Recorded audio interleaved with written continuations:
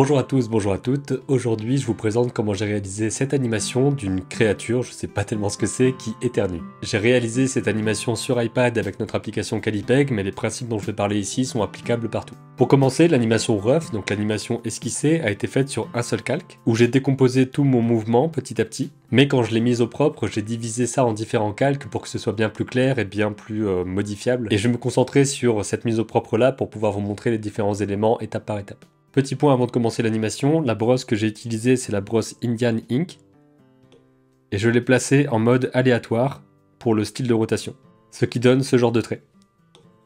Quelque chose d'assez brut, un rendu que j'apprécie particulièrement. Je précise qu'ici c'est la version bêta de Calipeg, donc la version en préparation, en développement. Donc il est possible que vous n'ayez pas encore la fonction style de rotation disponible dans votre application Calipeg, mais si c'est pas le cas, ça arrivera bientôt. Je commence avec la tête du personnage, qui est ici sur un cycle avec un faux fixe, mais ça c'est arrivé par la suite. On commence donc par la tête du personnage. Cette image-là au départ était fixe et j'en ai fait un faux fixe justement avec 3 dessins différents que j'ai placé dans un cycle pour donner cet aspect de vibration. Mais concentrons-nous sur le côté, quelles sont les poses qui changent vraiment. Ici, il y a un mouvement pour le vent, avec les oreilles qui vont se plier. J'ai tenté de garder à peu près le même volume, mais je suis pas sûr d'avoir bien réussi. Ensuite, ici, on a les oreilles qui vont se remettre à leur place. Et là, on arrive sur l'anticipation de l'éternuement. L'anticipation, c'est la préparation du mouvement qui va arriver. Donc par exemple, si je veux faire un geste en arrière, je vais d'abord faire un léger geste en avant, et ensuite partir en arrière pour rajouter de l'impact. Ici, on a donc la tête qui va légèrement vers l'avant, pendant 3 images, avant de se tourner. D'ailleurs, il faut bien prendre en compte que c'est pas la tête qui va se lever directement, c'est vraiment une rotation, donc les oreilles vont passer derrière et avoir une autre forme, parce que la perspective est différente. C'est un bon moyen de donner de la profondeur, c'est vraiment de penser à la rotation de la tête, et pas seulement à un côté haut, bas, gauche, droite. Et ensuite, brusquement, on a l'éternuement qui arrive d'un coup, avec un spacing très différent, donc un espacement dans la feuille très différent, ce qui va donner ce changement très brusque et cet effet de vitesse. Vitesse qui va un petit peu ralentir ici, avec les oreilles qui vont se baisser, en décalé, donc j'ai pas fait les oreilles qui se baissent directement ici, mais je les ai fait sur un dessin ensuite, pour avoir un aspect, une action, puis une action secondaire qui arrive en conséquence de l'action principale. Ensuite, il va se relever petit à petit, et les oreilles vont se mettre en place, jusqu'à arriver sur la même pose, la même boucle que ce qu'on avait au début. On a donc ici du fixe, le vent, anticipation, éternuement, et il revient petit à petit à sa position de base. Ensuite, il y a la partie corps, on peut dire, avec une sorte de drap. Encore une fois, je ne sais pas ce que c'est que cette créature. Une partie fixe ici, que j'ai aussi mis en faux fixe de la même façon. J'explique en détail comment faire du faux fixe dans une vidéo qui se trouve quelque part ici, où j'avais animé des fruits. Et ensuite, on a le coup de vent ici, qui fait que le drap se soulève, et il met 4 dessins à arriver en haut. Avec un dessin ici, un dessin ici, un ici, et un ici. Et ensuite, il y a le vent qui va passer à l'intérieur avec une sorte de vague. Donc on peut considérer ici qu'on a 3 parties. Cette partie-là et cette partie-là. Et on a d'abord le vent qui va passer ici pour aller sur cette partie du milieu. Et qui ensuite va passer là-bas pour arriver à la dernière partie. Ce qui va donner cet effet de vague. C'est la première fois que j'animais des draps ou un tissu d'une certaine façon. Donc voilà, c'est une première. J'ai essayé de comprendre un petit peu comment c'était possible de le faire. Et j'ai encore évidemment beaucoup à apprendre pour faire quelque chose de plus crédible et de mieux fait. Ensuite, on a la descente avec un ralenti, donc un grand espace ici entre ces deux dessins. Espace qui va se réduire ensuite entre ces deux dessins ici, et qui va être très proche entre ces deux-là. Et on a même ici un petit retour, c'est-à-dire qu'on arrive là-dessus, on part un peu plus loin avant de revenir à l'image de base. Ce qui va donner cet effet de pendule un petit peu. Ensuite, on a notre faux fixe, quand le personnage ne bouge pas. On a ensuite l'anticipation et le lever de tête où ça bouge légèrement. Évidemment, à l'explosion ici, à l'éternuement, on a une forme totalement différente. Donc on passe d'une forme comme ça à une forme comme ça. Et ensuite, nouvel effet de vague, avec cette partie-là d'abord, suivi de cette partie-là, puis de cette partie-là, avec encore une fois cet effet de vague. Et ensuite, bien sûr, on revient à la pose initiale, pour permettre d'avoir une boucle complète. C'est évidemment pas parfait, il y a certainement des choses que je vois pas encore. Ensuite, j'ai rajouté les yeux, qui sont assez simples. Au départ, j'avais seulement des yeux comme ça, et j'ai décidé de les faire aussi un peu plus tristes. C'est vraiment très simple, en fait, je suis passé de ça à ça.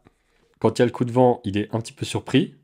Ensuite, il ferme les yeux, ses yeux vont descendre un petit peu, quand il les plisse. Ensuite, ici, j'ai une transition entre cette pose-là et les yeux fermés, qui permet d'adoucir un petit peu ce mouvement. Il ferme les yeux à l'anticipation, il les garde fermés évidemment quand il éternue. Et là on peut voir que j'ai fait des yeux comme ça, et pas comme ça, pour essayer de respecter le côté perspective en imaginant vraiment que c'est une sphère comme ça, et que les yeux sont dessus, et pas comme ça en permanence. Il y a vraiment un côté volumétrique. Et c'est pour ça que c'est important de comprendre les formes simples, de savoir les bouger sous différents angles, parce que vos personnages vont pouvoir se décomposer en forme simple justement, et ça va vraiment aider à comprendre comment placer les éléments dans une certaine forme de perspective et de volume. Ensuite il se relève, la même transition ici, donc c'est potentiellement le même dessin qu'on peut copier-coller. Et on arrive sur le dessin du début, encore une fois, pour avoir la boucle. Le faux fixe, je reviens dessus très rapidement. En gros, on a plusieurs dessins ici, qui sont ces trois-là, qui durent chacun 3 images, et qui sont légèrement différents. Donc là, on est sur les yeux. Pour donner cet effet de vibration, et je les ai ensuite placés dans un cycle. Cycle que je peux étirer pour répéter plusieurs fois mon animation. Et c'est pareil pour tous les éléments en faux fixe, quand ça bouge pas, je fais 3 dessins différents qui vont donner une sorte de vibration, en pas de 3, et je vais faire ça dans un cycle pour avoir une boucle d'animation jusqu'à la prochaine pause dessinée qui sera différente. Et pour rappel, pour faire un cycle, je sélectionne plusieurs images, où je fais tape, tape et glisser, j'ajoute un cycle, et je peux étirer de cette façon, et mes dessins vont se répéter. Ensuite, autre élément important ici, c'est le coup de vent, qui va donc faire tout ça, quoi, que le drap se lève, que les oreilles bougent, etc. Et pour ça, j'ai utilisé ce qu'on appelle le dessin pendant la lecture. C'est-à-dire que je peux faire play et dessiner quelque chose qui va être animé. Ici, je veux animer du vent, donc quelque chose comme ça. Toujours avec cette brosse Indian Ink. Je veux que ça dure 24 images ici, donc je vais étirer cette feuille à 24 images. Je vais ensuite la diviser en pas de 2, par exemple ici. Et ensuite, je vais pouvoir appuyer sur play et tout simplement dessiner. Et selon la vitesse à laquelle je vais dessiner, ça va enregistrer les dessins d'une manière différente. Et on peut sentir qu'il y a quelque chose qui va plus vite que d'autres. C'est vraiment une technique très simple qui permet d'animer, par exemple, du vent ici, des choses qui révoltent, des insectes autour de quelque chose. Pourquoi pas faire de la pluie aussi, il y a certainement beaucoup d'autres utilisations que j'ai pas encore en tête. Je vous invite donc à utiliser cette technique-là pour faire des choses de ce type-là, parce que les faire vraiment à la main, image par image, ce serait bien sûr beaucoup plus long. Et ensuite, j'avais même placé un deuxième courant d'air en dupliquant mon calque avec son contenu. Ensuite ici, il faut que je déplace mon point de sortie pour que l'animation dure plus longtemps. Et je peux sélectionner toutes les feuilles ici, je peux également le faire avec ce menu-là.